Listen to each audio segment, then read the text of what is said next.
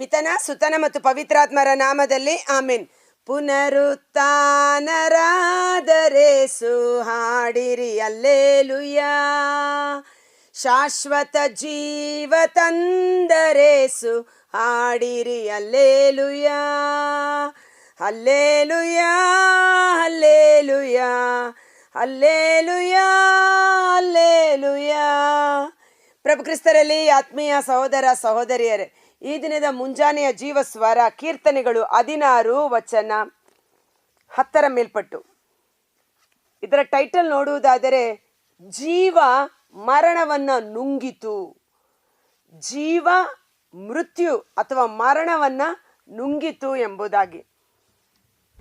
ಯೋಹಾನ 1 ವಚನ 1 ಮೇಲ್ಪಟ್ಟು ನಾವು ನೋಡುತ್ತೇವೆ, ಆದಿಯಲ್ಲಿ ವಾಕ್ಯವಿತ್ತು, ಆ ವಾಕ್ಯ ದೇವರಾಗಿತ್ತು, ದೇವರೊಂದಿಗಿತ್ತು, ಆ ವಾಕ್ಯದಲ್ಲಿ ಜೀವವಿತ್ತು, ಆ ಜೀವ ಮನುಕುಲಕ್ಕೆ ಜ್ಯೋತಿಯಾಗಿತ್ತು.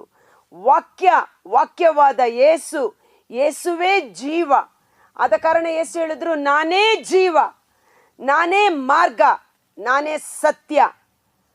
ಆ ಜೀವ ಮರಣವನ್ನ ನುಂಗಿ ಹಾಕಿತು. ಈಗ ನೋಡಿ, ನುಂಗಿ ಹಾಕಿತು ಅನ್ನುವಾಗ, ಮೋಶೆ ಕೋಲನ್ನ ಚಾಚುವಾಗ ಅದು ಸರ್ಪವಾಗಿ ಮಾರ್ಪಾಡಾಯಿತು, ರೈಟ್? ಈಜಿಪ್ಟಿನ ಸಕಲ ಮಂತ್ರವಾದಿಗಳು ಅವರ ಕೋಲುಗಳನ್ನು ಚಾಚಿ ಅವರು ಸಹ ಅನೇಕ ಸರ್ಪಗಳನ್ನು ಉಂಟು ಮಾಡಿದರು.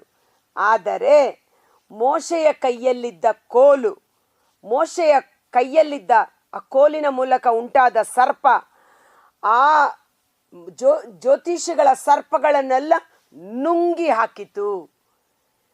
ಅರ್ಥ ಆಗ್ತಾ ಇದೆಯಲ್ಲ? ಅದೇ ರೀತಿಯಲ್ಲಿ ಯೇಸು ವಾಕ್ಯ ಎಂಬ ಜೀವ ಮರಣವನ್ನು ನುಂಗಿ ಶಾಶ್ವತವಾಗಿ ನಿರ್ನಾಮ ಮಾಡಿಬಿಟ್ಟಿದೆ. Price the lord.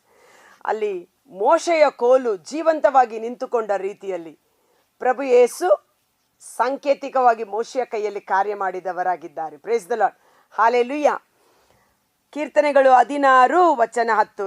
ಏಕೆನೆ ದೂಡುವುದಿಲ್ಲ ನೀನು ನನ್ನನ್ನು ಅಧೋಲೋಕಕ್ಕೆ, ಬಿಟ್ಟು ಕೊಡುವುದಿಲ್ಲ ನಿನ್ನ ಈ ಭಕ್ತನನ್ನು ಪಾತಾಳಕ್ಕೆ, ತೋರ್ಪಡಿಸುವೆ ಎನಗೆ ಅಮರ ಜೀವ ಮಾರ್ಗ.